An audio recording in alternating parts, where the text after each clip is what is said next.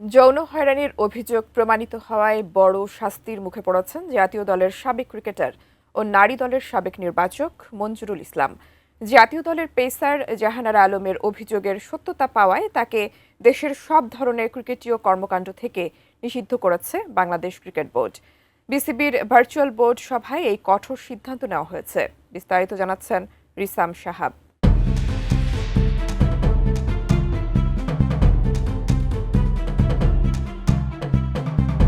ঘটনার সূত্রপাত হয়েছিল জাতীয় নারী দলের দায়িত্ব পালনকালে মঞ্জুরুল ইসলামের আচরণ নিয়ে। সিনিয়র ক্রিকেটার জাহানারা আলম অভিযোগ করেছিলেন নির্বাচক থাকাকালে মঞ্জুরুল তাকে যৌন হয়রানি করেছেন।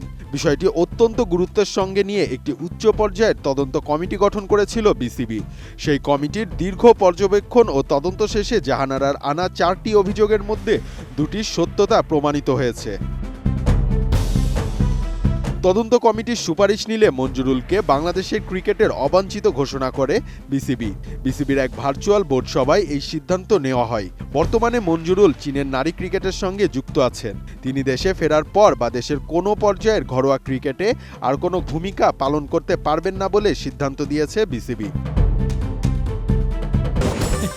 ফিনিশ আপনার ঘরবাড়ি ও আঙ্গিনার সকল কীটপতঙ্গ ধ্বংস করে।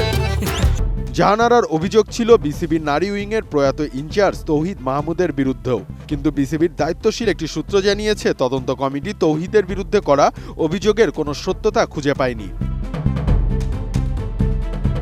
এর আগে অস্ট্রেলিয়া প্রবাসী নারী দলের ক্রিকেটার জাহানারা আলম এক সাক্ষাৎকারে মঞ্জুরুলের বিরুদ্ধে যৌন হয়রানির অভিযোগ করেন। অভিযোগ তদন্ত করে দেখতে বিসিবি তদন্ত কমিটি গঠন করলেও জাহানারা তাদের কাছেও লিখিতভাবে একই অভিযোগ করেন।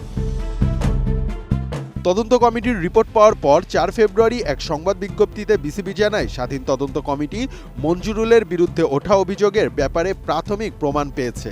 কমিটি জাহানারার করা 4টি নির্দিষ্ট অভিযোগ পর্যালোচনা করে 2টি অভিযোগের পক্ষে পর্যাপ্ত প্রমাণ না পেলেও বাকি 2টি অভিযোগের ক্ষেত্রে অসদাচরণের প্রমাণ পেয়েছে বলে জানায় বিসিবি। তার কিছু আচরণ পেশাদার মানদণ্ডের সঙ্গে অসামঞ্জস্যপূর্ণ এবং কিছু কর্মকাণ্ড সুপ্রিম কোর্টের নির্দেশিকার আওতায় অসদাচরণ ও হয়রানির সংজ্ঞার মধ্যে পড়ে বলেও জানানো হয়েছিল সেই সংবাদ বিজ্ঞপ্তিতে।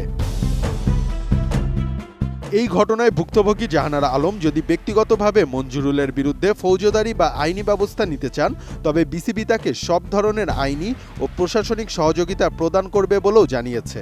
নারীর নিরাপত্তা নিশ্চিত করা এবং ক্রিকেটের পরিবেশ স্বচ্ছ রাখার স্বার্থেই এমন জিরো টলারেন্স নীতি গ্রহণ করেছে বোর্ড। রিসাম সাহাব, এটিএন নিউজ।